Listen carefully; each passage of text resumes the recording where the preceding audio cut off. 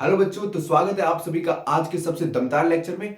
आज हम जिस टॉपिक को कवर करने वाले हैं उस टॉपिक का नाम है magnetic effect of electric current. ये टॉपिक बच्चों को बहुत ज्यादा परेशान करता है और मैं दावे के साथ कह रहा हूं, जिस तरह से मैंने नोट्स प्रिपेयर किए हैं और जिस तरह से मैं आपको पढ़ाने वाला हूं, एक बार में ये पूरा चैप्टर आपको समझ में आएगा और जो भी क्वेश्चंस आपके एग्जाम में बन सकते हैं, जो भी टॉपिक आपके लिए बहुत ज्यादा इंपॉर्टेंट है, वो हर टॉपिक को हम इस चैप्टर में कवर करेंगे। और बस आपसे सिर्फ एक ही चीज चाहूंगा कि जितने मिनट की वीडियो है आपको लास्ट तक ये वीडियो देखनी है और पूरी ईमानदारी के साथ कॉपी पेन लेके बैठो, नोट्स मेरे साथ बनाना है, एक एक चीज कवर करेंगे लाइन बाई लाइन। आपका एग्जाम इस चैप्टर से अगर कुछ भी पूछा जाए आप हर क्वेश्चन करके आओगे, ठीक है। तो स्टार्ट करते हैं सबसे पहले कहानी से।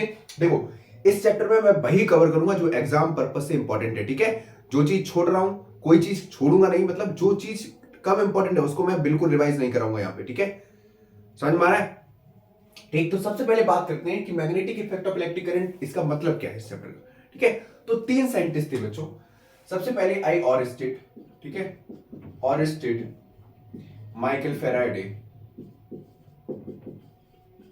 ठीक है, और एम्पियर, ठीक है।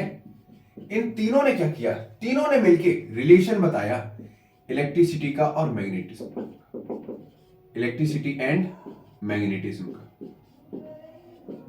का, ठीक है। मतलब इन्होंने ये बताया, इस चैप्टर में बेसिकली ये पढ़ने वाले हैं कि जो इलेक्ट्रिसिटी है बच्चों, ठीक है, ध्यान से सुनना, इलेक्ट्रिसिटी है और मैग्नेटिज्म है, ये आपस में रिलेशन में है, ठीक है। मतलब इन दोनों का कुछ ना कुछ टांका भिड़ा है और हमको वो टांका पता लगाना है कि है क्या इसके पीछे का करंट, ठीक है। तो सबसे पहले बात करते हैं, सबसे पहला टॉपिक है बच्चों नेचुरल मैग्नेट। इंपॉर्टेंट है, समझाएंगे अभी होता क्या है। अच्छा बच्चों, जो नेचुरल मैग्नेट होता है कोई नहीं, जैसे मैं पढ़ा रहा हूं उसी सीरीज से पढ़ते जाओ, ये व्हाइट बोर्ड ना कमाल कर देगा, ठीक है। और जिस तरह से मैं आपको पढ़ाऊंगा एकदम मजा आएगा, ठीक है। सारी वेदना, सारी परेशानियां भूल के सिर्फ आपको ये दिखना चाहिए कि स्क्रीन में आपके सामने कौन खड़ा है और आपको कौन पढ़ा रहा है। आपको सिर्फ वहां से मैं दिखना चाहिए और मुझे सिर्फ आपको वो पढ़ाना है जो आपके एग्जाम में आने वाला है, ठीक है। सब कुछ भूल जाओ, नोट्स बनाओ और ये चैप्टर अच्छे से समझ में आएगा। तो बच्चों, जो नेचुरल मैग्नेट होता है, अब नेचुरल मैग्नेट के लिए आपको पता है कि अर्थ जो है वो एक नेचुरल मैग्नेट है, ठीक है। अर्थ एक नेचुरल मैग्नेट है। अर्थ के पास बच्चों दो पोल होते हैं, एक होता है नॉर्थ पोल,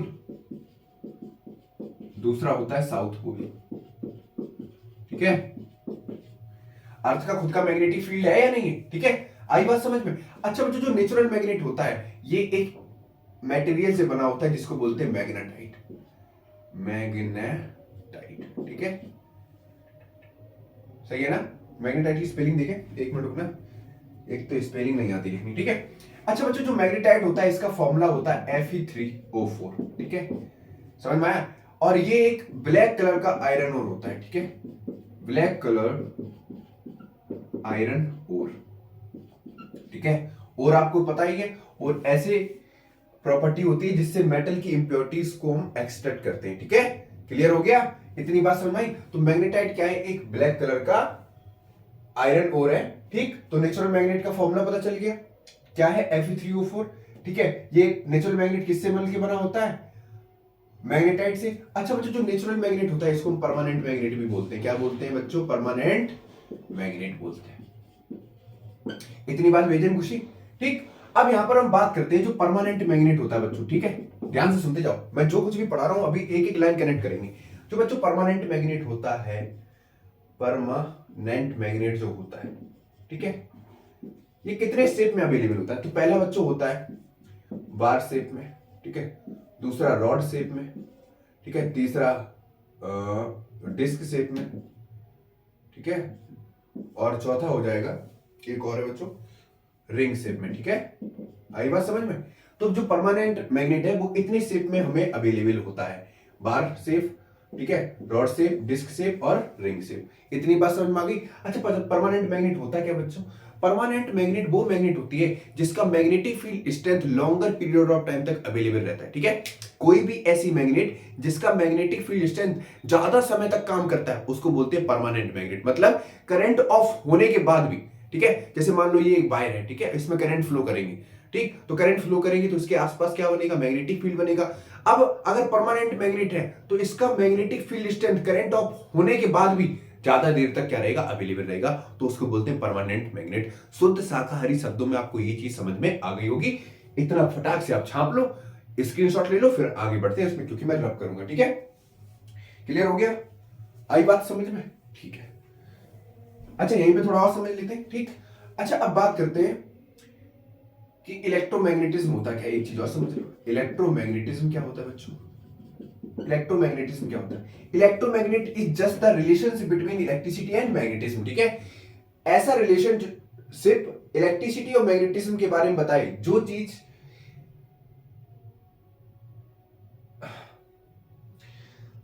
ऐसे समझो, इलेक्ट्रिसिटी और मैग्नेटिज्म के बीच का जो रिलेशन है उसको बोलते हैं इलेक्ट्रोमैग्नेटिज्म। आई बात समझ में? क्लियर हो गया? अब थोड़ा बात करते हैं। देखो, ऑरिस्टेड जो थे ये एक साइंटिस्ट थे। ठीक है, ऑरिस्टेड ने क्या किया, एक कंडक्टर लिया। ठीक है, ध्यान सुनना, कंडक्टर क्या होता है? जिसमें इलेक्ट्रॉन्स फ्लो होते हैं, इलेक्ट्रॉन्स फ्लो करते हैं। ठीक है, जैसे ही कंडक्टर में हमने क्या किया, इलेक्ट्रिसिटी पास की। ठीक है, तो इलेक्ट्रिसिटी पास करने से इस कंडक्टर के आसपास चारों तरफ, ठीक है, क्या हुआ, मैग्नेटिक फील्ड जनरेट हुआ। बच्चों क्या हुआ, मैग्नेटिक फील्ड जनरेट हुआ। ठीक, ये पता बाद में चला, क्योंकि एक मैग्नेटिक कंपास लाए यहाँ पे, तो मैग्नेटिक कंपास ने क्या किया, डिफ्लेक्शन किया। डिफ्लेक्शन करने पे क्या हुआ, पता चला कि यहाँ पे मैग्नेटिक फील्ड है। क्योंकि मैग्नेटिक कंपास क्या बताता है, presence of magnetic field lines. Magnetic compass क्या डिटेक्ट करता है, presence of magnetic field lines, यही तो बताता है। क्लियर हुआ? अब ध्यान सुनो, मतलब अगर स्विच ऑफ करेंगे, ठीक है, कंडक्टर है, करंट फ्लो नहीं होगा तो डिफ्लेक्शन जीरो होगा, करंट फ्लो होगा, इलेक्ट्रिसिटी पास होगी कंडक्टर में, तो डिफ्लेक्शन कुछ ना कुछ होगा। आई बात समझ में? क्लियर हो गया? अब इन्होंने क्या बताया कि स्टेट करंट कैरिंग कंडक्टर क्या करता है, अपने आसपास मैग्नेटिक फील्ड बनाता है, और वो मैग्नेटिक फील्ड कैसा होता है, कॉन्सेंट्रिक इन सर्किल। कैसा होता है, कॉन्सेंट्रिक इन सर्किल। अभी डिटेल में इसको बात करेंगे। ठीक है, इतनी बात समझ में आई? क्लियर हो गया? या कह दो सर्कुलर शेप में होता है बच्चों। कैसा होता है, सर्कुलर शेप में होता है। ठीक है, टेंशन ना लो, जिस दिन रुपए आ जाएंगे उस दिन डिजिटल बोर्ड, कैमरा सब कुछ ले आएंगे। ठीक है, अभी थोड़ा मैनेज करो, इतना नोट करो, फिर नेक्स्ट आगे समझाते हैं बच्चों। इतनी बात समझ में आई? ठीक है, अब आगे बढ़ते हैं। अब बात करते हैं मैग्नेटिक कंपास के बारे में। ठीक है, किसके बारे में बात करते हैं, मैग्नेटिक कंपास के बारे में। अच्छा बच्चों, ठीक है, मेरी इंग्लिश थोड़ी वीक है, समझ लेना।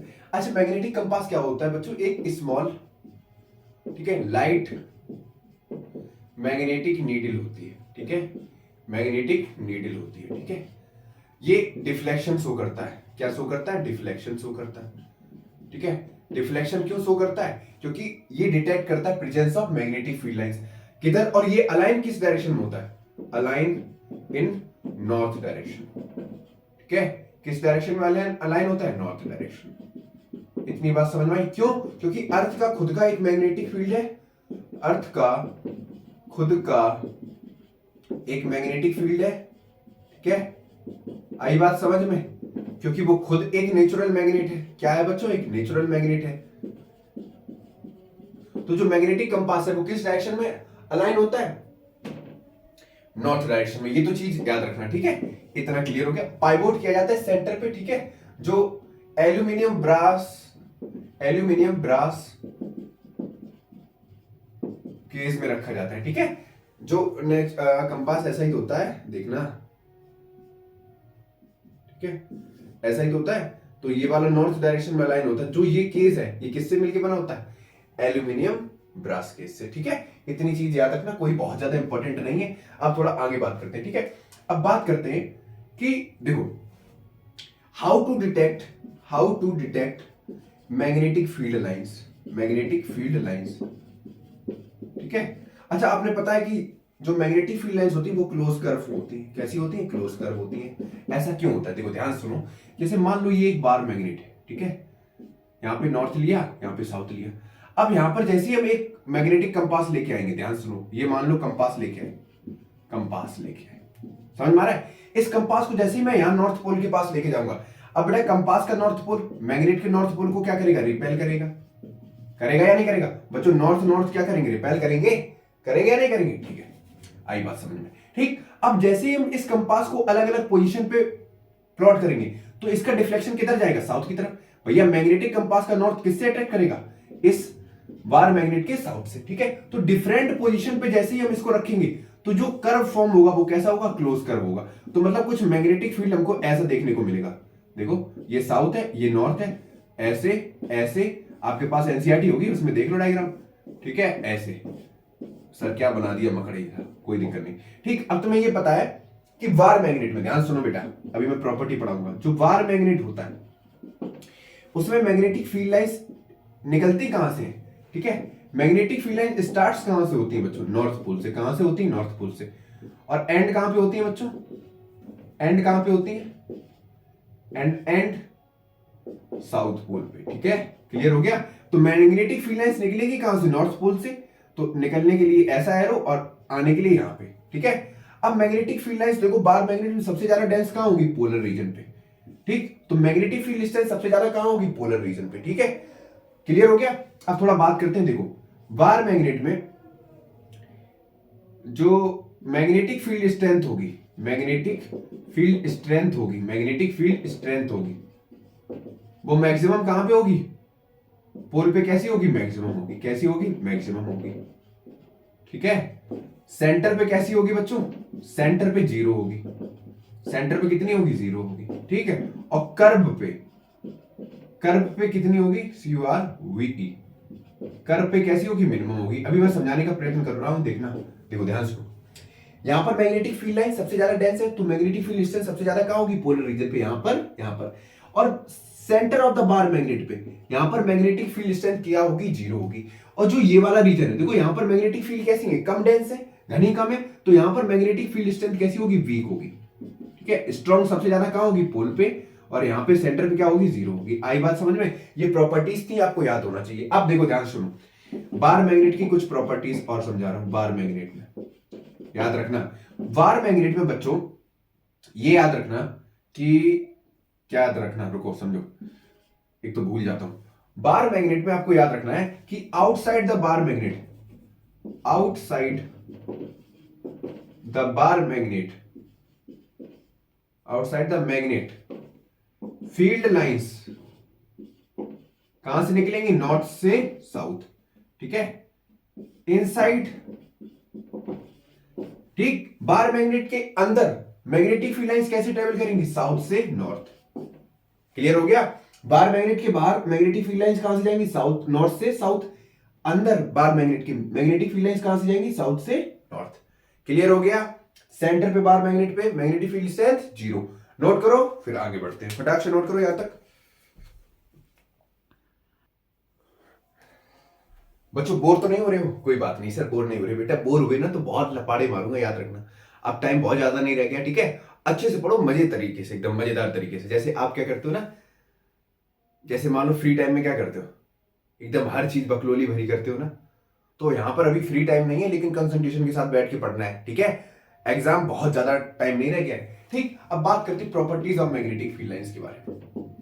प्रॉपर्टीज ऑफ, सर ये चीज आती है, आगे बढ़ो, कोई बात नहीं, सीखना पड़ेगा। Properties of magnetic field lines, ठीक है। अच्छा बच्चों, मैंने पहली प्रॉपर्टी क्या बताई, जो मैग्नेटिक फील्ड लाइंस होगी वो कहां से जाएंगी, नॉर्थ से south, outside the bar magnet, ठीक है। और साउथ से नॉर्थ कहां जाएंगे, इनसाइड द बार मैग्नेट, याद रखना, ठीक। दूसरी चीज, जितनी ज्यादा मैग्नेटिक फील्ड लाइंस डेंस होंगी, डेंसर द फील्ड लाइंस,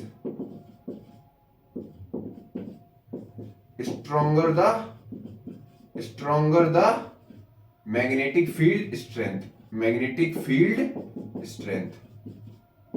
मतलब सर समझ में नहीं आया, जितनी ज्यादा मैग्नेटिक फील्ड लाइन डेंस होगी, मैग्नेटिक फील्ड स्ट्रेंथ उतनी ज्यादा होगी। मतलब ऐसे समझ लो, जैसे मान लो ये एक मैग्नेट है, ठीक है, इसकी मैग्नेटिक फील्ड लाइंस बहुत ज्यादा डेंस है, तो मतलब मैग्नेटिक फील्ड स्ट्रेंथ कैसी होगी, ज्यादा होगी। ये ज्यादा तेजी से क्या करेगा, आसपास की चीजों को, मतलब आयरन को क्या करेगा, अट्रैक्ट करेगा। क्लियर हो गया। अब बात करते हैं आगे, ठीक। थर्ड पॉइंट होगा, मतलब जितनी ज्यादा मैग्नेटिक फील्ड लाइन क्लोज होगी, डेंस होगी, उतनी मैग्नेटिक फील्ड स्ट्रेंथ ज्यादा होगी, ठीक है। दूसरी चीज, magnetic field lines do not intersect each other, magnetic field lines never intersect each other, लिख दो या डू नॉट लिख दो, never intersect each other, intersect each other, क्योंकि दो डायरेक्शन एक पॉइंट पे पॉसिबल नहीं है, ठीक है। चौथा पॉइंट बताओ बच्चों क्या होगा, centre of the bar magnet, कौन सा होगा? ठीक, इतना ही रखो ना। ठीक, अच्छा चौथा पॉइंट देख लो। ठीक है, जो मैग्नेटिक फील्ड लाइंस होंगी, ठीक है, मैग्नेटिक फील्ड लाइंस होंगी, फील्ड लाइंस होंगी, फील्ड लाइंस होंगी, अभी लिखा चुका हूं, फिर भी समझ लो। पोल पे कैसी होंगी? मैक्सिमम। ठीक है, कर्व जहां बनेगा वहां पर कैसी होंगी? मिनिमम। ठीक है, और सेंटर पे कैसी होंगी?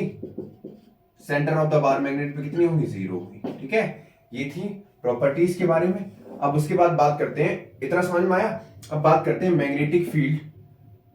Magnetic field due to straight current carrying conductor, straight current carrying conductor. रुक जाओ एक मिनट, समझा रहा हूं। कंडक्टर, अबे वो बस वाला कंडक्टर नहीं है नालायकों, ये कंडक्टर है चार्ज कैरियर को कंडक्टर बोलते हैं। समझ में आया? इतने लपाड़े पड़ेंगे तो तुम्हारी बुद्धि ठीक हो जाएगी। अब यहां पे देखो, magnetic field line due to straight current carrying conductor, फिर से आगे और स्टेट। और स्टेट ने बताया कि कोई स्ट्रेट वायर लिया हमने, ठीक है, स्ट्रेट करंट कैरिंग वायर लिया, और जैसे ही हम यहां से करंट देंगे, करंट की सप्लाई देंगे, ठीक है, तो ये स्ट्रेट वायर जो है, ये जो वायर है, ठीक है, इसके आसपास सर्कुलर शेप में क्या होगा? मैग्नेटिक फील्ड लाइंस बनाएंगे। क्या बनाएंगे? मैग्नेटिक फील्ड लाइंस बनेंगी। और वो मैग्नेटिक फील्ड लाइंस कैसी होंगी? कॉन्सेंट्रिक सर्किल में होंगी। अरे सर इतना सरल था? हाँ, कॉन्सेंट्रिक इन सर्किल। ठीक है, या कह दो सर्कुलर शेप में होंगी, सर्कुलर शेप में होंगी। राइटिंग मेरा समझ में नहीं आ रहा है, भाषा तो समझ में आ रही है? समझ में आया? यहां से समझो, यहां से नहीं, मतलब यहां से भी समझो। ठीक, ये बताया और स्टेट ने कि कोई भी स्टेट करंट कैरिंग कंडक्टर होगा, उसके आसपास जो मैग्नेटिक फील्ड लाइंस होगी वो कैसी होंगी? कॉन्सेंट्रिक इन सर्किल। जैसे सपोज कर लो ये वायर है और करंट जा रहा है ऊपर ऐसे, तो करंट अगर ऊपर जा रहा है, ठीक है, आई कहां जा रहा है? ऊपर की तरफ। अभी डायरेक्शन भी बताएंगे। ठीक है, अब जब करंट अपवर्ड हो तो यहां पर एक रूल लगता है, right hand thumb rule. Right hand thumb rule. अरे सर ये क्या बला है? कोई बात नहीं, थंब रूल समझ लो। राइट हैंड थंब रूल क्या बताता है? देखो, राइट हैंड लिया, राइट हैंड लिया ऐसे, हाँ लो सर, थंब क्या बता रहा है? Direction of current. तो ये जो कर्ली फिंगर है ये क्या बताएंगे? Direction of magnetic field lines. अब देखो, अगर करंट ऊपर जा रहा है, ध्यान सुनो, करंट ऊपर जा रहा है, ठीक, तो मैग्नेटिक फील्ड अब ऊपर देख लो ऐसे, अगर ऐसे रखोगे, देखो ऐसे रखो ऊपर के लिए, ये वाली डायरेक्शन कौन सी होगी? Anti clockwise. यही तो हो गई, यही तो हो गई ना? ठीक, समझ में आया? अब एंटी क्लॉकवाइज के लिए कैसा होगा? ऐसा ही होगा। एरो कैसे बताएंगे? ऐसे। आई बात समझ में? एरो ऐसे ही तो बनाएंगे। देखो मैं फिर से समझा रहा हूं, देखो इधर रब कर रहा हूं, समझो इधर, इधर समझो, समझा के तो रहेंगे तुमको, चाहे कुछ भी हो जाए। ठीक है, अभी हमारे पास डिजिटल बोर्ड नहीं, वरना ऐसे क्लिक करते बहुत मजा आता है आपको। अब देखो क्या बताया, फिर से बता रहा हूं, अगर करंट अपवर्ड है, ठीक है, ध्यान सुनो, अभी समझ में आएगा। करंट कैसा है? अपवर्ड है। राइट हैंड थंब रूल, ठीक है, RHR थंब रूल, ठीक है, राइट हैंड थंब रूल मान लो, RHR मान लो। ठीक, जो थंब है वो डायरेक्शन ऑफ करंट देगा, और जो फिंगर है, ठीक है, राइट हैंड थंब रूल लो, ऐसे देखो, ऐसे करंट ऊपर जा रहा है तो ये वाला डायरेक्शन कौन सा हो गया? Anti clockwise. ठीक है, जब करंट अपवर्ड होगा, ठीक, तो जो फील्ड लाइंस होगी, मैग्नेटिक फील्ड लाइंस होगी, वो कैसे होंगी? एंटी क्लॉकवाइज होगी बच्चों, एंटी क्लॉकवाइज। ठीक, ये तो हो गया पहला कॉन्सेप्ट। दूसरा सुनो, अगर करंट नीचे जा रहा है, ठीक है, जो करंट है आई है, वो कैसा फ्लो हो रहा है? डाउनवर्ड। ठीक है, कैसा है? डाउनवर्ड। अब तो तुम्हें पता चल ही गया है, अगर करंट कैसा है? डाउनवर्ड। देखो ऐसे रखो, यही तो है ना, करंट कैसा है? डाउनवर्ड। तो ये वाली डायरेक्शन कैसी होंगी? तो मैग्नेटिक फील्ड लाइंस कैसी होंगी बच्चों? मैग्नेटिक फील्ड लाइंस कैसी होंगी? Magnetic field lines clockwise. कैसी होंगी? क्लॉकवाइज। याद रहेगा, फंडा याद रहेगा। करंट ऊपर, field lines anti clockwise, current downward, magnetic field lines clockwise. ठीक है, क्लियर हो गया? नोट करो, फिर आगे बढ़ते हैं फटाक से।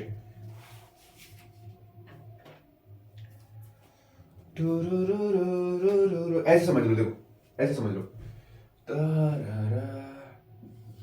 ये तो ये वाला कौन सा होगा? एंटी क्लॉकवाइज, एंटी, ठीक है, क्लॉक वाइज, इसमें समझ लो ऐसे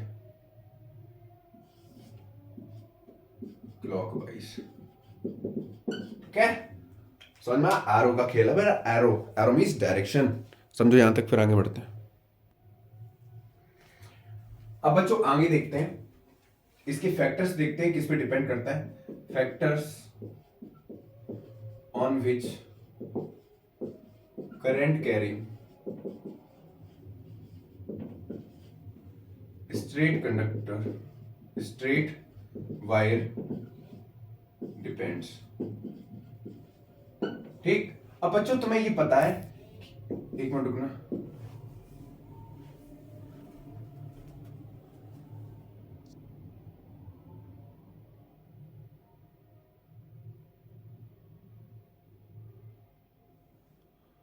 सॉरी बच्चों, एक मिनट रुको, ठीक है।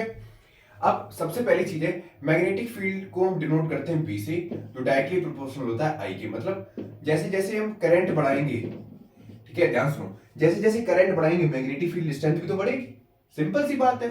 सर दूसरा फैक्टर बताओ, B is inversely proportional to 1/r। मान लो देखो, जैसे ये कोई वायर है, ठीक है, इस वायर में करंट फ्लो हो रहा है, तो इसके आसपास मैग्नेटिक फील्ड लाइंस होगी, होंगी या नहीं होंगी? तो जैसे जैसे वायर से हम दूर बढ़ते जा रहे हैं, तो जो फील्ड स्ट्रेंथ है, मैग्नेटिक फील्ड स्ट्रेंथ है, फील्ड स्ट्रेंथ है, वो वीक होती जा रही है। आई बात समझ में? मतलब इस वायर से दूरी बढ़ेगी तो क्या होगा, इसकी स्ट्रेंथ कम होगी। मान लो यहां पर कंपास हम लेके आए, तो यहां डिफ्लेक्शन बहुत तेज, और यहां पर लेके गए तो कंपास का डिफ्लेक्शन कम हो जाएगा, होगा या नहीं होगा? क्यों? क्योंकि यहां पे मैग्नेटिक फील्ड लाइंस डेंस है, मतलब पास, इस कंडक्टर से दूरी बढ़ेगी तो फील्ड स्ट्रेंथ कम होगी।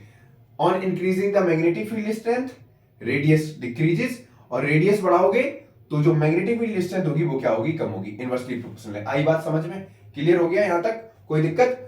ऐसे लिख लो, कंडक्टर से दूरी बढ़ने पर, कंडक्टर से दूरी बढ़ने पर मैग्नेटिक फील्ड स्ट्रेंथ वीक होगी। अबे लिखो जंबूरों, ये लिखो, कंडक्टर से दूरी बढ़ने पर मैग्नेटिक फील्ड स्ट्रेंथ वीक होगी। आप और आपकी प्रेमिका, ठीक है, आमने सामने बैठे हो, क्या करोगे? लपाड़े पड़ेंगे, ठीक है। अब दूर रह के तुम कोई हरकतें कर रहे हो तो क्या करोगे? कुछ नहीं, इग्नोर। समझ में आया? बात समझ में आ रही? ठीक, नोट करो, फिर आगे बढ़ते हैं बच्चों। तो ये तो हो गए factors on which current carrying state conductor depend, ठीक है। अब यहां पर एक और आता है, थर्ड आता है, V directly proportional to N. बच्चों एन क्या है यहाँ पे? एन फॉर एन यहां नहीं है, N for N number of turns, number of turns, समझ लो। अगर इस वायर में, ठीक है, मान लो ये कोई कंडक्टर है, ठीक है, इसमें हम तार बार बार लपेटते, बहुत सारा तार लपेटते, तो नंबर ऑफ टर्न बनाने से क्या होगा? मैग्नेटिक फील्ड स्ट्रेंथ कैसी हो जाएगी? बढ़ जाएगी, क्योंकि करंट तो सेम डायरेक्शन में अलाइन हो रहा है, ठीक है, जिसकी वजह से क्या होगा? मैग्नेटिक फील्ड स्ट्रेंथ बढ़ जाएगी। नंबर ऑफ टर्न बढ़ाने से मैग्नेटिक फील्ड स्ट्रेंथ बढ़ जाती है, बस आपको इतने दिमाग में रखना है, ठीक है। आई बात समझ में? ठीक है, अब आगे बढ़े, कोई दिक्कत? ठीक है बच्चों, इसका फॉर्मूला होता है, एक फॉर्मूला लिख लो, हालांकि इंपॉर्टेंट नहीं है, फॉर्मूला लिखो, फॉर्मूला होता है V equal to mu naught I upon 2 pi R, यहां पे होगा T, ठीक है, यही तो फॉर्मूला होता है। अब इसकी यूनिट याद रखो, यूनिट इंपॉर्टेंट है, इसकी यूनिट होती है टेस्ला, तस्ला नहीं, मैग्नेटिक फील्ड की यूनिट क्या होती है? टेस्ला, और इसको बोलते हैं newton metre inverse upon ampere, ठीक है, यही होता है शायद। एक मिनट रुकना, चेक कर लूं मैं। हाँ सही है बेटा, दिक्कत नहीं है, कोई दिक्कत, ठीक है। टेस्ला न्यूटन मीटर इनवर्स पर एम्पियर। कहोगे सर आप भी भूल जाते हो? नहीं बेटा, हम तो चेकआउट कर रहे थे, ठीक है, समझ में आया यहां तक? हाँ आ गया सर, मजा आ रहा है ना? टाइम मत देखना, टाइम नहीं देखना है, बस लेक्चर देखना है, ठीक है।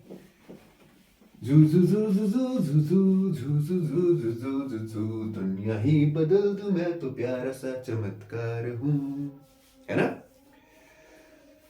आई बात समझ में? सर थोड़ा ब्रेक दे दो, ले लो ब्रेक। अब ब्रेक लेने के लिए ये नहीं है कि लेक्चर छोड़ के चले जाओ, व्हाट्सएप इंस्टाग्राम पे मैसेज आया या नहीं आया, बेटा मैसेज के चक्कर में पड़ गई ना तो एग्जाम के बाद छोड़ के चली जाएगी वो, फिर झुंझुना हिलाते रहना ऐसे, सर काश पढ़ लेता सर, है ना। ठीक, तो काय बेइज्जती कराओगे बाद में। चलो स्टार्ट करते हैं, इतना ही रेस्ट देंगे, बाकी ज्यादा नहीं।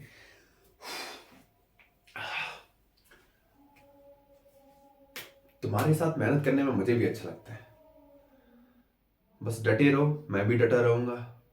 तुम्हें जिस चीज की जरूरत होगी मैं यहां खड़ा हूं। आज व्हाइट बोर्ड है तो व्हाइट बोर्ड पे पढ़ा रहा हूं, कल सुविधा होगी तो और सारी चीजें लेके आऊंगा। बस तुम पढ़ो, अपने जीवन में सकारात्मक और इतने काबिल बन जाओ कि आसपास में जो गंदगी दरिंदगी जो कुछ भी लोगों के अंदर है ना, वो गलत विचारधारा सब खत्म हो जाए। समझ में आया? जो गलत अवधारणाएं हमारे आसपास घूम रही ना, वो सारी अवधारणाओं को खत्म करना है, चाहे वो कैसी भी हो। ठीक है, तो स्टार्ट करते हैं बच्चों। नेक्स्ट है मैग्नेटिक। क्या है बच्चों? Magnetic field due to a circular coil current carrying circular coil लिखो, करंट कैरिंग सर्कुलर कॉइल। ठीक है, अच्छा बच्चों बैकग्राउंड में आवाज आ रही होगी ना, तनक दिन था, ठीक है, म्यूजिक की आ रही होगी ना, फिर भी तो लेक्चर रिकॉर्ड कर रहा हूं, तुम नालायक को पढ़ नहीं रहे हो, है ना। अब बच्चों देखो यहां पर क्या है, एक हल्का सा एक्सपेरिमेंट समझाएंगे। ऐसे एक्सपेरिमेंट नहीं समझो, एक्सपेरिमेंट नहीं, कोई बात नहीं, एक्सपेरिमेंट नहीं समझा रहा, देखो ध्यान समझो, बस समझो समझो। ये कोई कार्डबोर्ड है, ठीक है, इसके अंदर हमने क्या कर दिया, 2 होल कर दिया और ऐसे इसके अंदर से वायर डाल दिया और अंदर से यहां से ऐसे वायर निकाल दिया और इस वायर के दोनों एंड को हमने एक बैटरी से कनेक्ट कर दिया। सारे इतना तो मजा आ गया, हमें लगा आप बहुत एक्सपेरिमेंट करोगे बड़ा सा। नहीं बेटा, अब बच्चा प्लस वाला हायर पोटेंशियल होता है, माइनस वाला लोअर पोटेंशियल होता है। करंट कहां से जाएगा? इधर से जाएगा, जाएगा या नहीं जाएगा? और बेटा आएगा कहां से? ऐसे करंट जाएगा और ऐसे वापस आ जाएगा। ठीक है, अब सर इसमें क्या बड़ी बात है सर, ये तो आता है हमको, पता है आता है, खेल तो इसी का है। अब बच्चों इसी को हमको समझाना है, तो जो ये पॉइंट है ना, नियर ईच सेगमेंट, यहां पर जो मैग्नेटिक फील्ड लाइंस बनेगी वो कैसी बनेगी? सर्कुलर शेप में, कॉन्सेंट्रिक इन सर्किल में। ध्यान से समझो, ऐसा डायग्राम आपकी बुक में है और सेंटर पे, ठीक है, कार्डबोर्ड के सेंटर पे यहां पर जो वायर गया, यहां पर मैग्नेटिक फील्ड कैसी होगी? स्ट्रेट लाइन होगी। कैसी होगी? स्ट्रेट लाइन होगी। और इस वाले ईच सेगमेंट में कैसी होंगी? कॉन्सेंट्रिक इन सर्किल, कॉन्सेंट्रिक और कह दो सर्कुलर शेप में। ठीक है, सर्कुलर शेप। ठीक है, क्लियर हो गया? अब यहां पर लिखेंगे, इसी को लिखेंगे मैग्नेटिक फील्ड, एक मिनट रुको,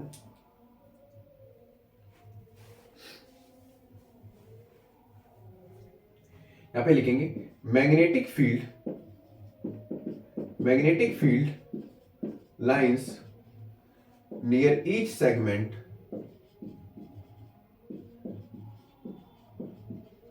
are in concentric circle, are in concentric circle. ठीक है, ब्रैकेट में सर्कुलर शेप में लिख दो।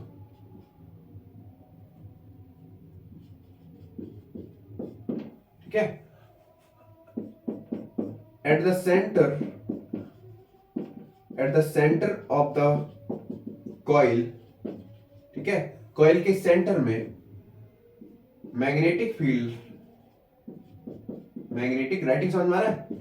Magnetic field lines are straight line. कैसी होंगी? Straight line. ठीक, अच्छा बच्चों जो सर्कुलर कॉइल वाला ये है, ठीक है, ये concept magnetic field due to a current carrying circular coil, ठीक है, इसको क्लॉक फेस रूल से बताया गया है, क्लॉक फेस रूल से बताया गया है। ठीक है, मतलब जो हम यहां पर एंटी क्लॉकवाइज या क्लॉकवाइज डायरेक्शन पता लगाएंगे वो किससे लगाएंगे? क्लॉक फेस रूल से। अभी हम समझाएंगे होता क्या है। अब यहां पर देखो, जिसकी वजह से बच्चों ये जो कॉइल है, कंप्लीट कॉइल, ठीक है, a coil behave like a thin disc, ठीक है, थिन डिस्क, याद रखना बच्चों, ये पूरी जो कॉइल है वो किसकी तरह बिहेव करने लगेगी, थिन डिस्क की तरफ, जिसका एक फेस कैसा, नॉर्थ पोल बताएगा और दूसरा फेस क्या बताएगा, साउथ पोल, ठीक है। मतलब यहां पर लिखो, current around the face of the coil, current around the face of the coil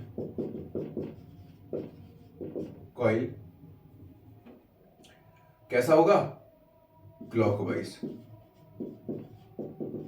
ठीक है, आई बात समझ में। अब current around the face of the coil अगर क्लॉकवाइज है तो वो उसको हम क्या कंसीडर करेंगे, साउथ पोल, क्या कंसीडर करेंगे, साउथ पोल, इंपॉर्टेंट है, समझो, यहां पे देखो, यहां पे समझो, जो करंट है इसका फेल, अब देखो फेस, देखो क्लॉक फेस रूल से क्या बताएंगे, अब यहां पे समझो, जो क्लॉक फेस रूल होता है, रट लो अभी पेपर के लिए, क्लॉकवाइज डायरेक्शन में हमेशा हम क्या लेंगे, साउथ पोल लेंगे, क्या लेंगे, साउथ पोल लेंगे, ठीक है। और एंटी क्लॉकवाइज के लिए, क्लॉकवाइज के लिए हमेशा क्या लेंगे, नॉर्थ पोल लेंगे, रट लो, पेपर में इससे ज्यादा नहीं पूछा जाएगा। एन फॉर एंटी, देखो एन एन इसको एन पढ़ते हैं ना, ए एन को क्या बोलेंगे, एन, तो N for north pole, clock के लिए क्या होगा, साउथ पोल, याद रखो, एक याद रखो, anti clockwise, N for anti, N for anti मतलब एंटी क्लॉकवाइज किसको बताएंगे, नॉर्थ पोल को, और क्लॉकवाइज को बताएंगे साउथ पोल, ठीक है। खेल खत्म। कौन कौन से फैक्टर पे डिपेंड करेगा, same, V directly proportional to I current के, B directly proportional to 1/R, inversely sorry B inversely proportional to 1/R, मतलब जैसे जैसे दूरी बढ़ाएंगे कंडक्टर से मैग्नेटिक फील्ड स्ट्रेंथ कम होगी, और B directly proportional to N, number of turns बढ़ाओगे तो मैग्नेटिक फील्ड स्ट्रेंथ भी क्या होगी, बढ़ेगी। आई बात समझ में, इन फैक्टर पे डिपेंड करते हैं। और ये था magnetic field due to current carrying circular coil. इतने पॉइंट्स आप पेपर में लिख देना अगर ये पूछा जाए, ठीक है, फुल मार्क्स मिलेंगे बेधड़क होके, ठीक है, नोट करो, फिर आगे बढ़ते हैं।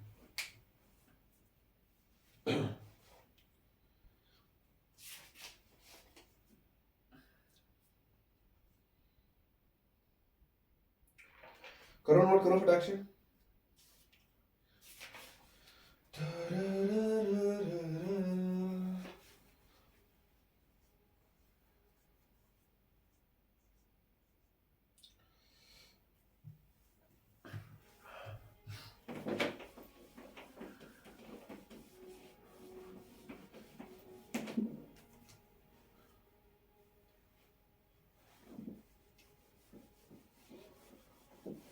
एक मिनट रुकना बच्चों।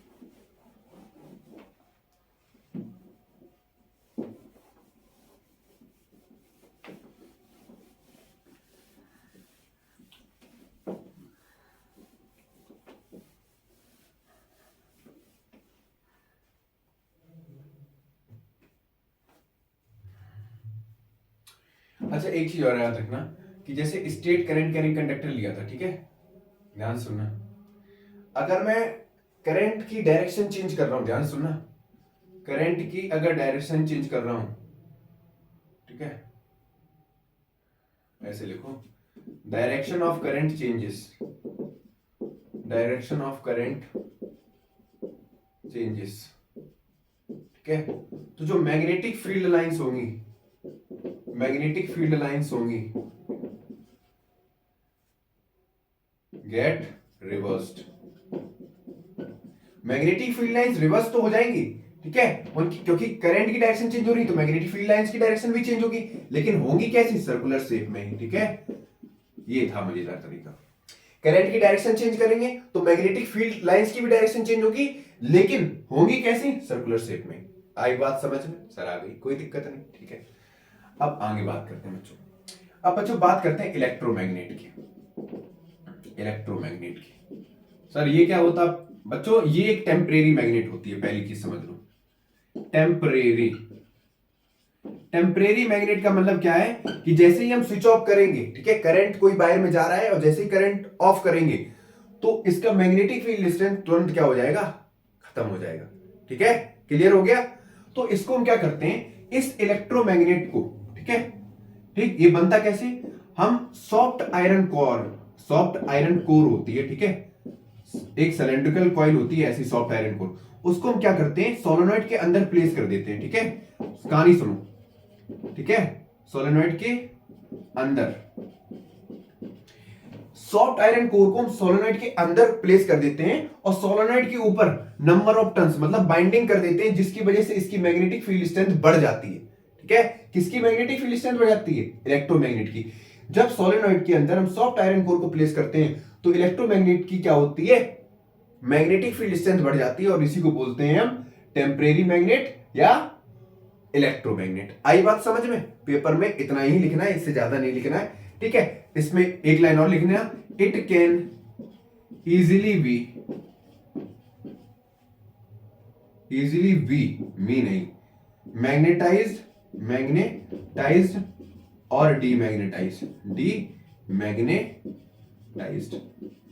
चलो ये तो क्लियर हो गया। ठीक है, 4 लाइनें लिखना, 4 या 3-4 लाइनें लिख देना कि इलेक्ट्रोमैग्नेट एक टेम्परेरी मैग्नेट होता है। एक point, electromagnet is also known as temporary magnet when we place a soft iron core inside a solenoid on increasing a number of turns its magnetic field strength increases। ऐसे तो लिख लोगे ना, बस ये लिखना है, it can easily be magnetized और demagnetized, ऐसे पॉइंट वाइज लिख देना, फटाक से फुल मार्क्स मिलेंगे। अब क्वेश्चन ये आता है बच्चों कि जो वो सॉरी, जैसे सॉफ्ट आयरन कोर को हम यूज कर रहे हैं, हम यहाँ पे स्टील को यूज क्यों नहीं कर रहे हैं, इलेक्ट्रोमैग्नेट में हम स्टील का यूज क्यों नहीं करते हैं, इलेक्ट्रोमैग्नेट बनाने में हम स्टील का यूज इसलिए नहीं करते हैं क्योंकि जैसे ही हम करंट पास करते हैं, ठीक है, तो इलेक्ट्रोमैग्नेट जो होता है वो टेम्परेरी मैग्नेट है।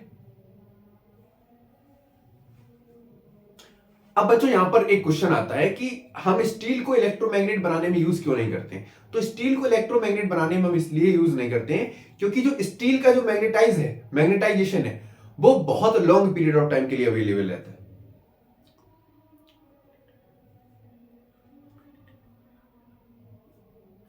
अब बच्चों यहां पर एक क्वेश्चन आता है कि जो स्टील होता है हम उसको सॉफ्ट आयरन कोर बनाने में यूज क्यों नहीं करते हैं, मतलब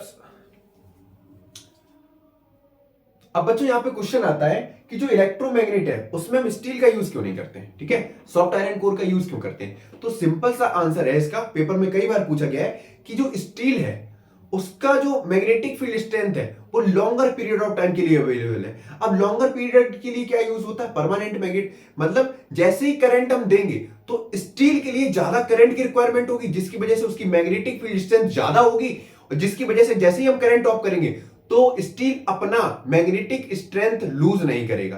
ठीक है, ध्यान से सुनो, जैसे मान लो ये स्टील है, ठीक है, और इसमें हमने करंट पास किया, अब जाहिर सी बात है करंट थोड़ा तो जाएगा नहीं, स्टील है तो इसके आसपास स्ट्रॉन्ग मैग्नेटिक फील्ड बनेगा। स्ट्रॉन्ग मैग्नेटिक फील्ड बनने से क्या होगा, इसकी मैग्नेटिक फील्ड स्ट्रेंथ ज्यादा होगी, लेकिन जैसे ही हम करंट ऑफ करेंगे तो इसकी मैग्नेटिक फील्ड स्ट्रेंथ लूज नहीं होगी। लूज नहीं होगी तो ये किसकी तरह बिहेव करेगा, परमानेंट मैग्नेट की तरह। इसलिए हम इसको यहां यूज नहीं करते क्योंकि ये क्या है, टेम्परेरी मैग्नेट है। बात मेजे में घुस गई, हाँ सर घुस गई, चलो आगे बढ़ते हैं। ठीक है, अब इलेक्ट्रोमैग्नेट को हम यूज कहां करते हैं, समझ लो, for lifting a heavy load. Use कहां करते हैं इसका, यूजेस ऑफ इलेक्ट्रोमैग्नेट, जल्दी बताओ कहां यूज करते हैं। पहला, lifting a heavy load, LEFT, lifting a heavy load, ठीक है। दूसरा कहां यूज करते हैं, म्यूजिकल इंस्ट्रूमेंट्स में यूज करते हैं, म्यूजिकल इंस्ट्रूमेंट में यूज करते हैं, इंस्ट्रूमेंट, अरे यार स्पेलिंग भी नहीं आती, INSTRU, इंस्ट्रूमेंट्स में यूज करते हैं, और हॉस्पिटल्स में यूज करते हैं। अच्छा बच्चों, इलेक्ट्रोमैग्नेट को हम कहां कहां यूज करते हैं फिर से बताओ। सबसे पहले लिफ्टिंग अ हैवी लोड, दूसरा हॉस्पिटल्स में, तीसरा म्यूजिकल इंस्ट्रूमेंट में। ठीक है, इन सभी जगह हम क्या करते हैं, इलेक्ट्रोमैग्नेट्स को यूज करते हैं, और ये कैसी होती है, टेम्परेरी मैग्नेट होती है। यहां तक समझ में आ गया होगा, बहुत बढ़िया, रब करूंगा, इतना नोट करो फिर आगे बढ़ते हैं। जल्दी नोट करो बच्चों।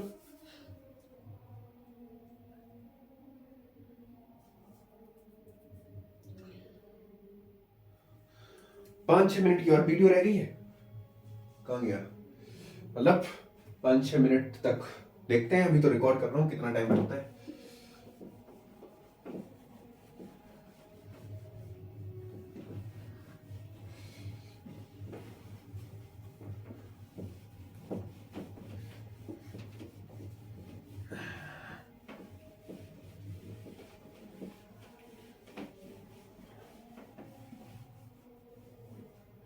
यहां तक समझ में आया? एक मिनट रुको। ठीक है,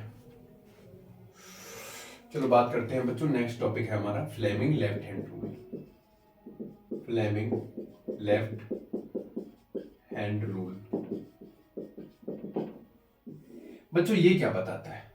बच्चा फ्लेमिंग लेफ्ट हैंड रूल सबसे पहले डायरेक्शन ऑफ फोर्स को फाइंड आउट करने के लिए यूज होता है। ठीक है, किसको फाइंड आउट करता है? Direction of force. ठीक, तो बच्चों जो थंब होता है, थंब थंब क्या रिप्रेजेंट करता है?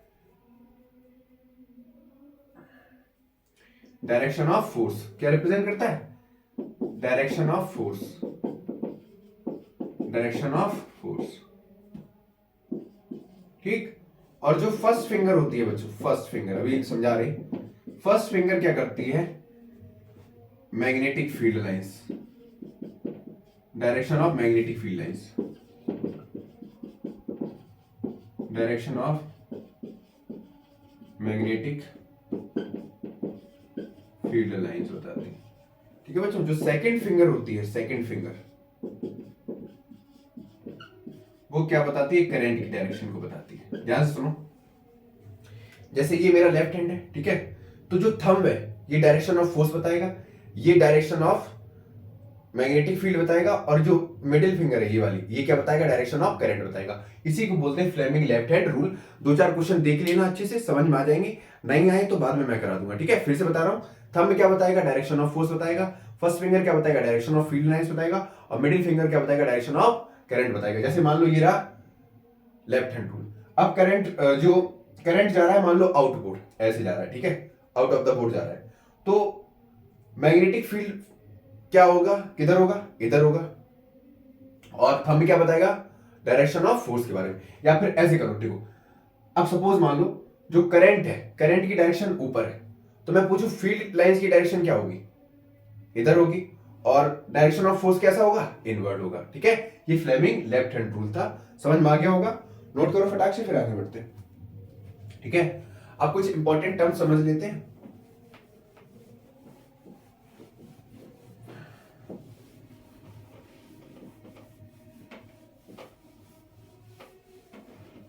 ठीक है, अब बच्चों बात करते हैं इलेक्ट्रिक सर्किट कलर कोड के बारे में। इलेक्ट्रिक सर्किट कलर कोड के बारे में इंपॉर्टेंट है, पेपर में आता है। ठीक है, समझो, एक मिनट रुकना। हमें लगा वीडियो पॉज हो गई, बीच बीच में देखना पड़ता है बच्चों, क्योंकि अकेले रिकॉर्ड कर रहे, कई बार ऐसा हुआ है यहाँ पे रिकॉर्ड करते जा रहे हैं, पता चले वहां पर वीडियो ही बंद हो गई, फिर तो धुआं निकल जाता है। दोबारा से पढ़ो, दोबारा से बनाओ वीडियो। ठीक है, तो सबसे पहले बात करते हैं लाइव वायर के लिए। अच्छा, जो लाइव वायर होता है ये किस कलर का होता है? ये होता है रेड या फिर ब्राउन। ठीक है, अरे सर समझ में आ गया। दूसरा होता है बच्चों न्यूट्रल वायर। न्यूट्रल वायर बच्चों ये कैसा होता है? ये होता है ब्लैक और होता है लाइट ब्लू। ठीक है, लाइट ब्लू। अब थर्ड आता है बच्चों, वो होता है अर्थ वायर। कौन सा होता है? Earth wire. अच्छा, अर्थ वायर कैसा होता है? ये होता है ग्रीन कलर का, ठीक है, या फिर होता है येलो कलर का। आई बात समझ में? अब बच्चों इसी के बाद एक टॉपिक आता है शॉर्ट सर्किटिंग। क्या होता है शॉर्ट सर्किटिंग? शॉर्ट सर्किटिंग होता है जब बैक बेंचर और फर्स्ट बेंचर आपस में बैठ जाते हैं, तो फिर क्या हो जाता है? शॉर्ट सर्किटिंग हो जाता है। मतलब लाइव वायर और न्यूट्रल वायर दोनों कांटेक्ट में आ जाते हैं, तो वहां पर क्या हो जाता है? शॉर्ट सर्किटिंग हो जाता है। ठीक है, आई बात समझ में? स्पेलिंग देख लेना। इसीलिए बैक बेंचर कभी भी फर्स्ट बेंचर के साथ टाका नहीं बढ़ाता है, दूर ही रहता है, क्योंकि दोनों पास आ गए तो क्या हो जाएगा? शॉर्ट सर्किटिंग हो जाएगा। समझ में आया? क्लियर हो गया? लाइव वायर और न्यूट्रल वायर दोनों आपस में मिल जाएंगे तो वहां पर क्या हो जाएगा, शॉर्ट सर्किटिंग हो जाएगा। ठीक है, अब थोड़ा फ्यूज का कॉन्सेप्ट भी समझ लेते हैं, इंपॉर्टेंट है पेपर के लिए। अरे भैया सर, बस करो सर, थोड़ा और रह गया बच्चों, थोड़ा सा चैप्टर। ठीक है, जल्दी से समझते हैं इलेक्ट्रिक फ्यूज के कॉन्सेप्ट को। ठीक है, बहुत इंपॉर्टेंट है बच्चों। इलेक्ट्रिक फ्यूज सर होता क्या है, वही तो समझा रहे बच्चों। इलेक्ट्रिक फ्यूज एक सेफ्टी डिवाइस होता है। क्या ऐसा सेफ्टी डिवाइस? जैसे तुम्हारे लिए सेफ्टी डिवाइस अभी क्या है, तुम्हारे PYQs। अच्छा बच्चों, सेफ्टी डिवाइस किस लिए? सबसे पहले बच्चों ये शॉर्ट सर्किटिंग से बचाता है, शॉर्ट सर्किटिंग से बचाता है। दूसरा ओवरलोडिंग से बचाता है, ओवरलोडिंग से बचाता है। ठीक है, दिख रहा है ना? एक मिनट रुकना, इंक डाल दूं। एक मिनट रुक जा बच्चा, बस 1 मिनट।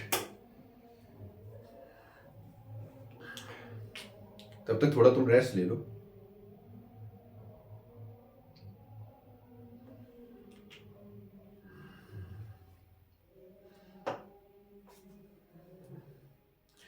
कोई बात नहीं बच्चों, मेहनत रंग लाएगी। चलो समझते हैं, 1 मिनट रुको। ठीक है, बात करते हैं आगे बच्चों। जो इलेक्ट्रिक फ्यूज होता है ये एक एलॉय से मिलके बना होता है। किससे मिलके बना होता है? एलॉय। ठीक है, ये एक एलॉय होता है, सॉरी। इलेक्ट्रिक फ्यूज क्या होता है? एक एलॉय होता है जो टिन और लेड से मिलके बना होता है, टिन और लेड से मिलके बना होता है। ठीक सर, अगली बात समझ में। जो बच्चों इलेक्ट्रिक फ्यूज होता है, इलेक्ट्रिक फ्यूज होता है, इसका मेल्टिंग पॉइंट लो होता है। ठीक है, low melting point, low melting point. इसीलिए इजीली आपने देखा है, जैसे ही ओवरलोडिंग होता है, शॉर्ट सर्किटिंग होता है, फ्यूज वायर क्या हो जाता है? मेल्ट हो जाता है। ठीक, जिसकी वजह से इसका रेजिस्टेंस कैसा होता है? हाई रेजिस्टेंस होता है। अब हाई रेजिस्टेंस है तो करंट कम होगा, हाई रेजिस्टेंस होता है। ठीक है, आई बात समझ में? क्लियर हो गया? अब इसको हम कनेक्ट किसके साथ करते हैं? ध्यान सुनना, ये भी इंपॉर्टेंट है। इलेक्ट्रिक फ्यूज को हम हमेशा लाइव वायर के साथ कनेक्ट करते हैं। ठीक है, किसके साथ कनेक्ट करते हैं? Connected with live wire. ठीक है, इलेक्ट्रिक फ्यूज को हमेशा हम लाइव वायर के साथ क्या करेंगे? कनेक्ट करेंगे। आई बात समझ में? इलेक्ट्रिक फ्यूज कैसा है? एक सेफ्टी डिवाइस है जो किससे प्रिवेंट करता है? शॉर्ट सर्किटिंग और ओवरलोडिंग से। इतना पॉइंट लिख देना। इलेक्ट्रिक फ्यूज कैसा होता है? लो मेल्टिंग डिवाइस होता है, हाई रेजिस्टेंस होता है। ठीक है, और इसको कनेक्ट कैसे करते हैं? सीरीज में। कहां कनेक्ट करते हैं? सीरीज में। ठीक है, क्लियर हो गया? और मतलब सीरीज में कनेक्ट करते हैं, और कनेक्ट किसके साथ करते हैं? लाइव वायर के साथ। एक एलॉय होता है, किससे मिलकर बना होता है? टिन और लेड से। अच्छा, इलेक्ट्रिक फ्यूज का सिंबल भी इंपॉर्टेंट है। ठीक है, इलेक्ट्रिक फ्यूज का सिंबल याद रखना, पेपर में 1 नंबर में पूछा जाता है। ठीक है, सिंबल ऐसा होगा।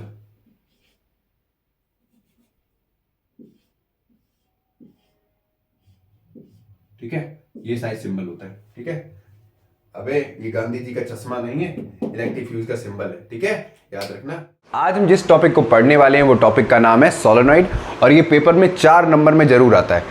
इसके अगर MCQs बेस्ड क्वेश्चंस आएंगे तब भी 1-1 नंबर में आएंगे, और वो भी इंपॉर्टेंट है कि सोलेनॉइड के अंदर का मैग्नेटिक फील्ड कैसा होता है, सोलेनॉइड के बाहर का मैग्नेटिक फील्ड कैसा होता है। ठीक है, करंट पास करने से मैग्नेटिक फील्ड कितना चेंज होता है, नंबर ऑफ टर्न्स पे क्या फ़र्क पड़ता है, सोलेनॉइड क्या है, इलेक्ट्रोमैग्नेट है, परमानेंट मैग्नेट है, ये सारे क्वेश्चंस क्या होते हैं, बनते हैं, और बहुत प्यारे प्यारे से क्वेश्चन यहाँ से पूछे जाते हैं। तो 4 नंबर का ये टॉपिक है और बहुत अच्छे से आपको समझाने की कोशिश करूँगा। तो स्टार्ट करते हैं अपना प्यारा सा टॉपिक सोलेनॉइड।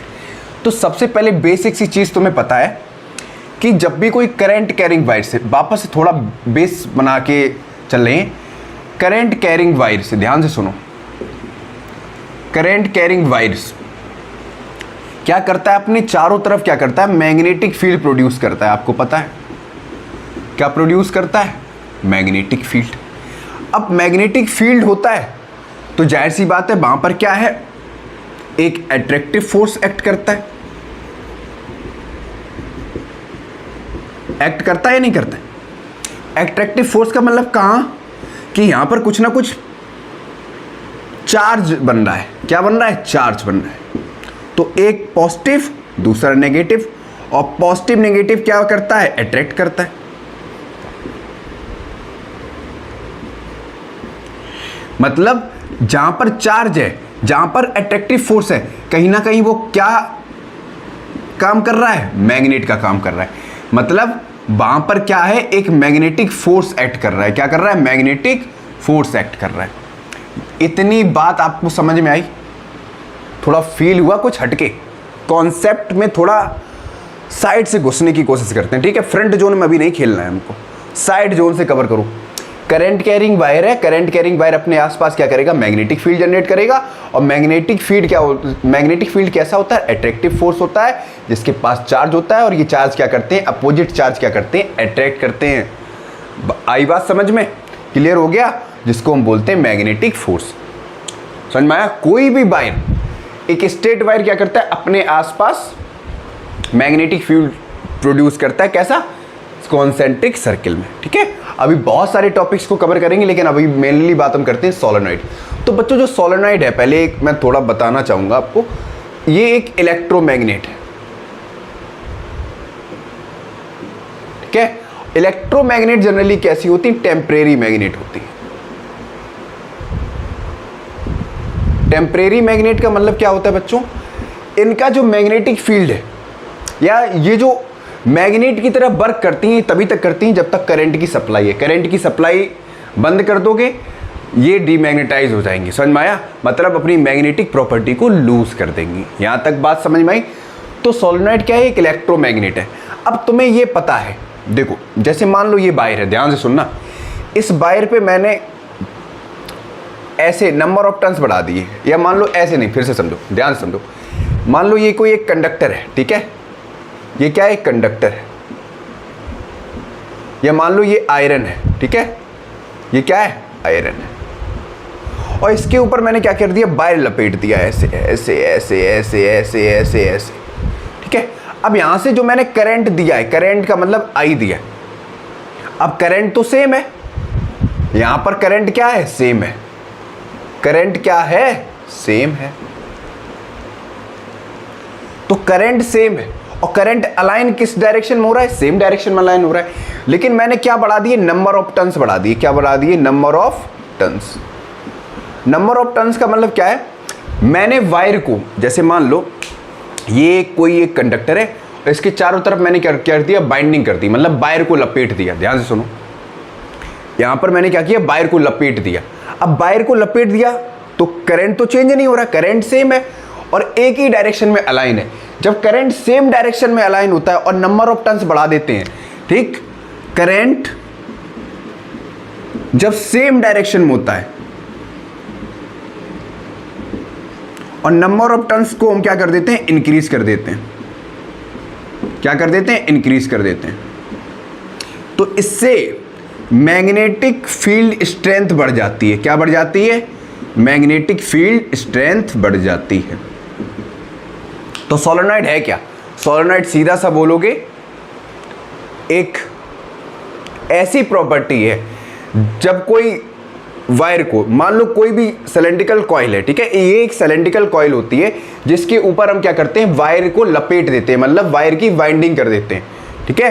और जैसे ही करंट की सप्लाई देते हैं, तो यहां पर ये खुद का क्या करता है, एक मैग्नेटिक फील्ड जनरेट करता है।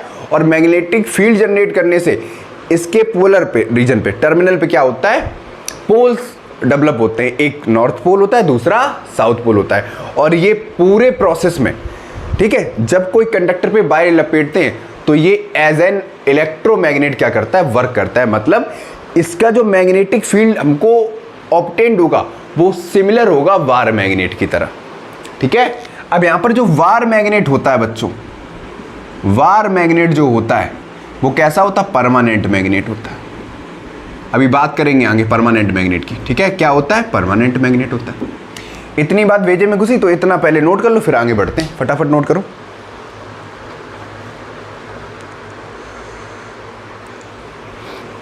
नोट करो फटाक से।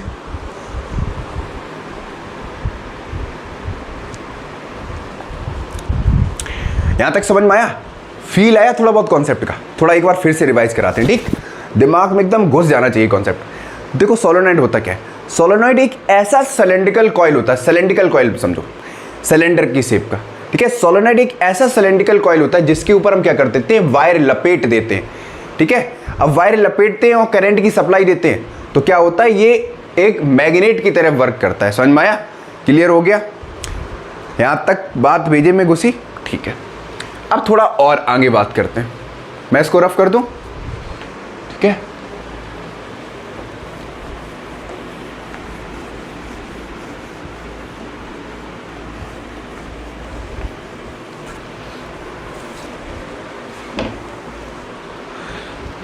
अब बात करते हैं कि सोलेनॉइड की वर्किंग कैसे है। ठीक है, स्ट्रक्चर ऑफ सोलेनॉइड की बात करेंगे अभी। ठीक, उससे पहले बात करते हैं वर्किंग की।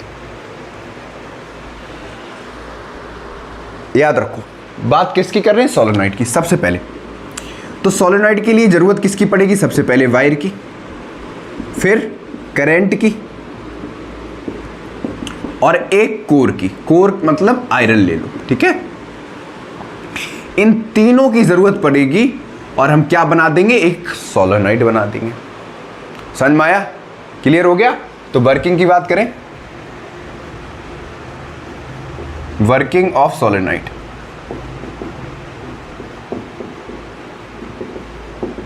तो सबसे पहले हमको किसकी रिक्वायरमेंट है? वायर की भैया। तो वायर क्या करता है? देखो, ये सिलेंड्रिकल कॉइल थी, इसके ऊपर हमने क्या कर दिया? वायर लपेट दिया।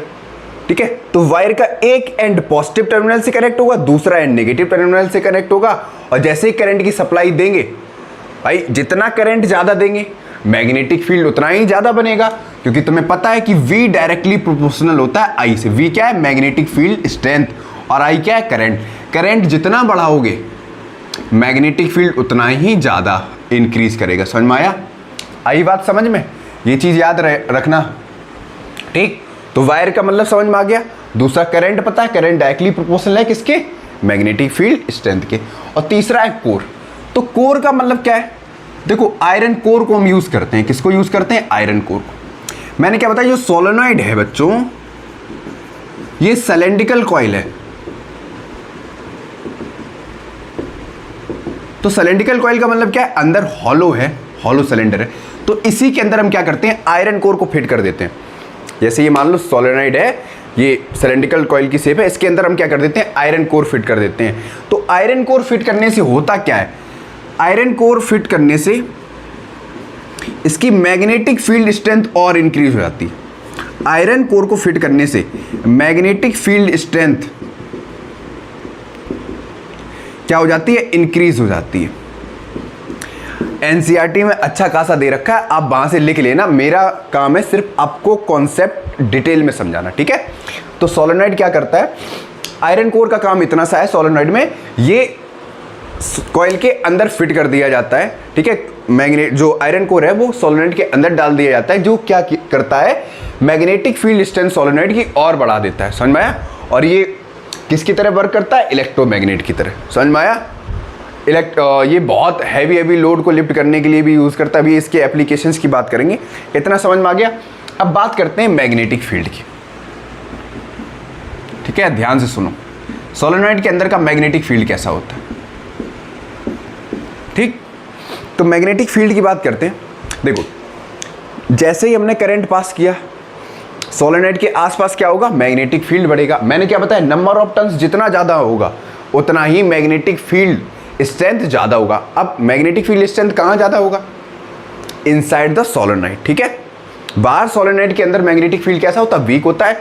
और इनसाइड द सोलेनॉइड, इसको रब करें, एक मिनट रुकना, इधर साइड लिखा।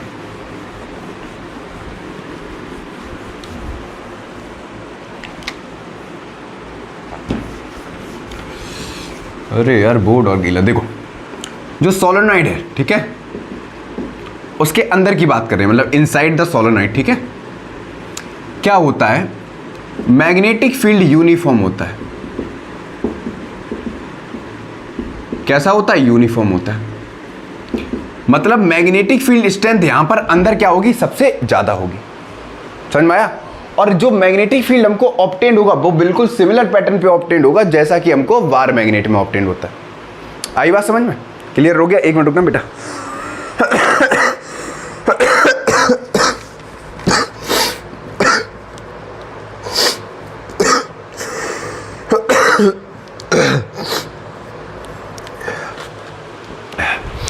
सॉरी, समझ में आ गया?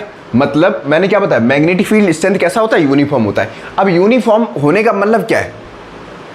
अच्छा, मैग्नेटिक फील्ड यूनिफॉर्म होने का मतलब क्या है? मतलब हर पॉइंट पर inside the solenoid magnetic field strength कैसी होगी, सेम होगी। मैग्नेटिक फील्ड स्ट्रेंथ कैसी होगी, सेम होगी। बच्चों सोलेनोइड की वीडियो मैंने पहले ही बना दी थी, इसलिए मैंने सोलेनोइड को अलग से मतलब इसी लेक्चर में कंप्लीट नहीं किया है। डिटेल में वीडियो बनाई थी सोलेनोइड की, तो मैंने ऐड कर दी है। कमेंट बॉक्स में जरूर बताइएगा लेक्चर कैसा था, आवाज ठीक थी, कोई भी टॉपिक ज्यादा तेज तो नहीं पढ़ाया, ठीक है? कोई भी जो कॉमन मिस्टेक लगी हो आपको तो वो कमेंट बॉक्स में जरूर बताना, ठीक है? अच्छे से पढ़ते रहो और हमेशा खुश रहो।